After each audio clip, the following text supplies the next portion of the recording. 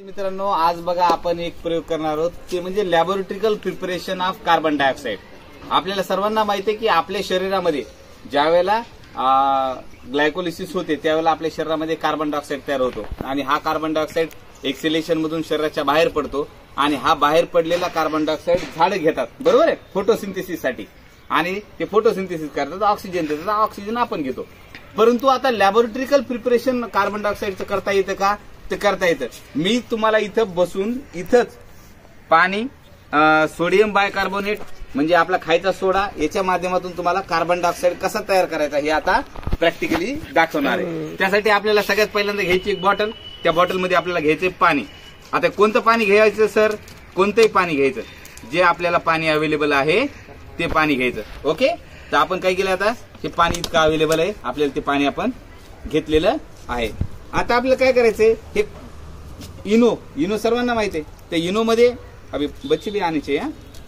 Eno मध्ये काय असते? खायचा सोडा असतो. इनो मध्ये काय असते?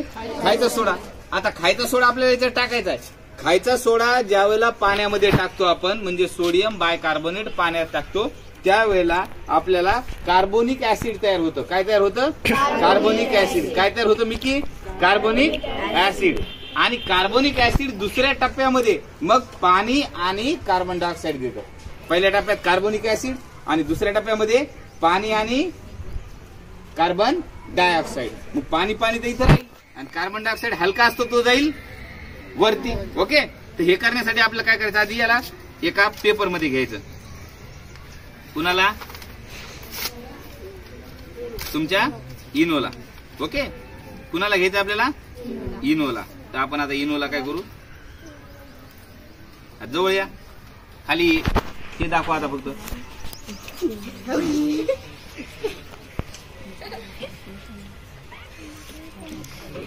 हा याच्यात टाका, आता इनोची पुडी टाका, ही पुडी घ्या आणि याच्यात टाका, टाका वरी.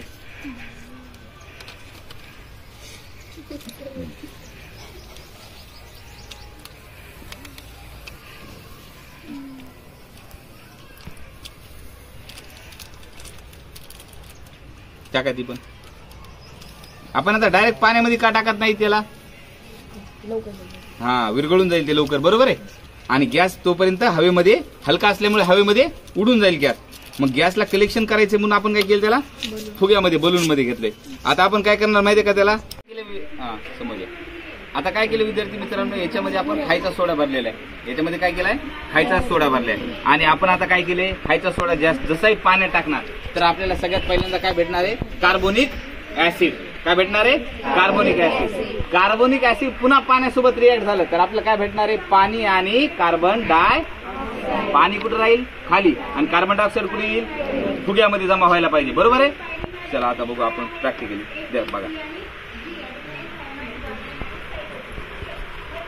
झालं जमा फुग्यामध्ये. या फुग्यात जे गॅस जमा झालाय तो गॅस कोणता आहे? कार्बन डाय ऑक्साईड. कुणापासून तयार केला आम्ही कार्बन डायऑक्साईडला? नाही, खायचा सोडा, सोडियम बाय कार्बोनेट पासून. ओके, आता जर याला आणखी शेक केलं जास्त, जितके जास्त इनोच्या पुढे टाकता तुम्ही तितका मोठा फुगा होईल. आता हे तुमचं काय? हा काय तुमचा? कार्बन डाय ऑक्साईड. काय आहे? कार्बन डाय ऑक्साईड. आता हा आपण फुगा कोणाला देऊन टाकू? मिकीला देऊन टाकू. आता ही झाली. आता याची केमिकल रिएक्शन आपण खाली गेलो बघू.